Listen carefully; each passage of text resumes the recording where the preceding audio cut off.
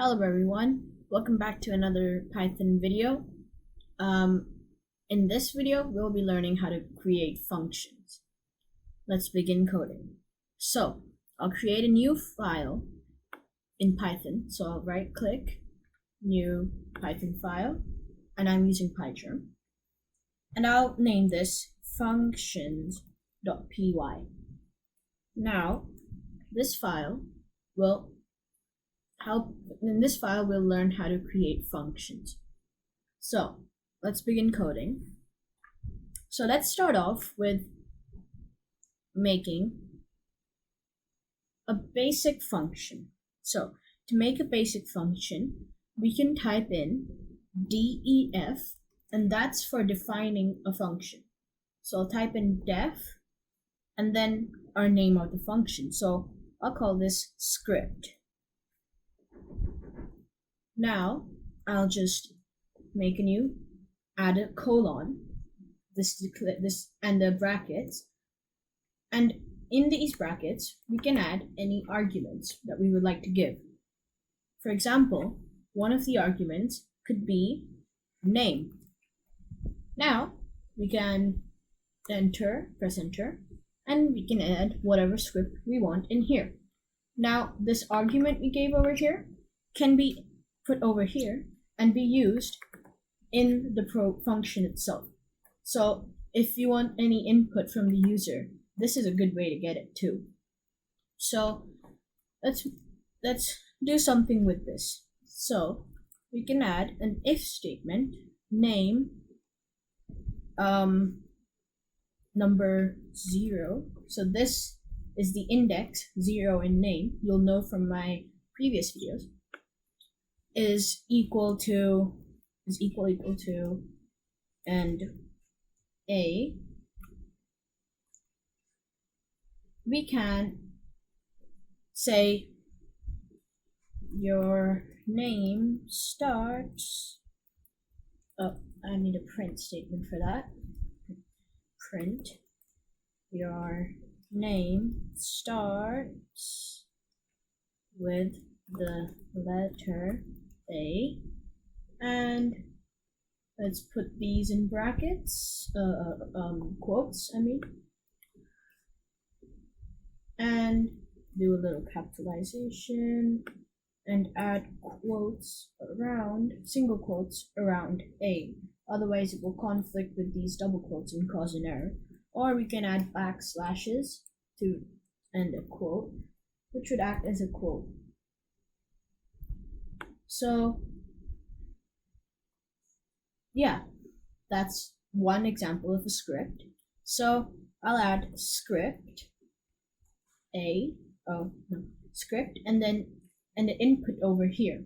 Now we can set its default input to be a blank if nothing is given, and we can add parameters. If it's a blank, just say something like you need to enter your name again or whatever. But in here, we can also add an input in place of the name. So let's add an input, like a string input, and let's say what's your name? Name. And then if I run this would show something like what's your name. So I'll run it real quick, and it says what's your name. So I'll type in my name, Harth, and it does nothing because it's just, doesn't start with the name. We have no other parameters, so it's not gonna work. So let's run this again, and let's type in a name that starts with A. So we can type in a name like Amy, and it says your name starts with the letter A. We can further improve this by adding a F in front of this to make it a formatted string, and we can add the curly brackets to surround this, and we can remove this in here, and we can essentially add name 0 and remove the if statement And if I run it again, yes, I'll enter my name, and it says your name starts with the letter P. Now I can add this in double quotes or single quotes. So backslash quotes. Run it again. Your name starts with a P. Now, you might say, well, this is not really that useful, is it? But there are ways this could be used. So we can make it so that if we need this, we can just output the letter your name starts with. For sorting in, let's say, a big list of 1,000 words, we can go through the list and put every input and return another part of the function. This is part of the function. Name 0. So the first letter in name. So we can sort a list by alphabetical order or many other things with alphabetical order, because this can be run forever. Or if this is just a script that needs to be run again and again, we can just remove this and let's return a string,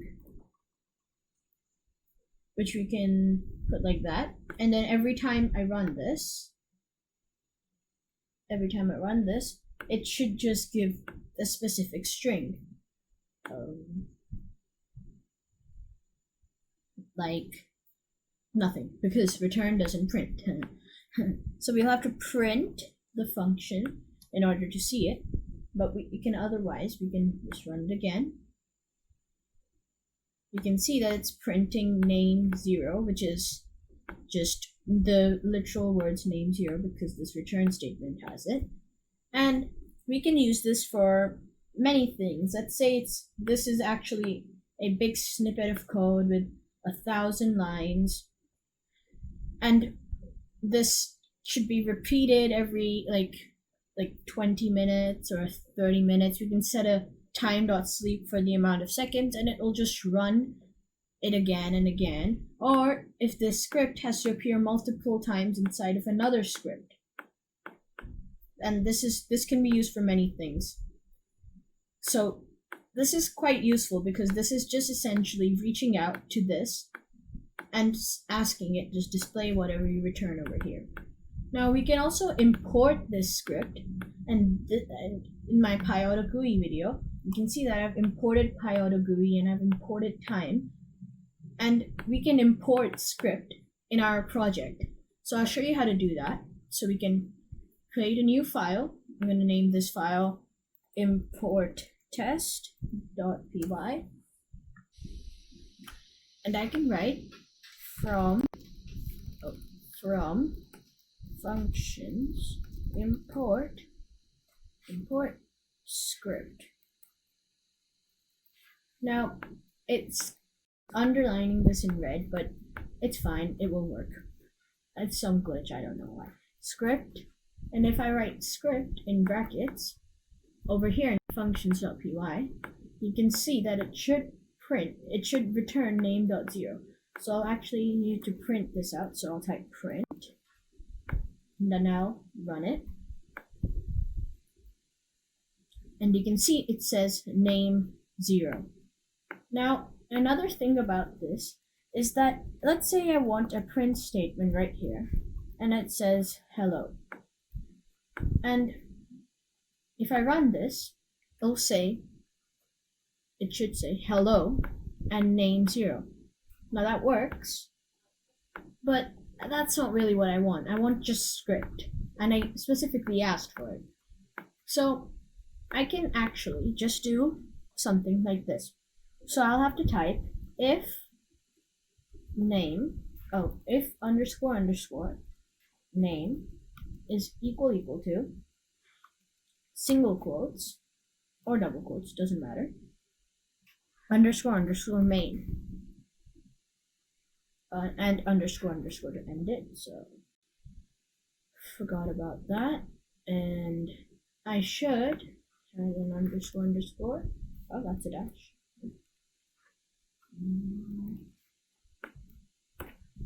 Now, whatever I type in this over here, I'll indent it, right? And whatever I type over here should not print now.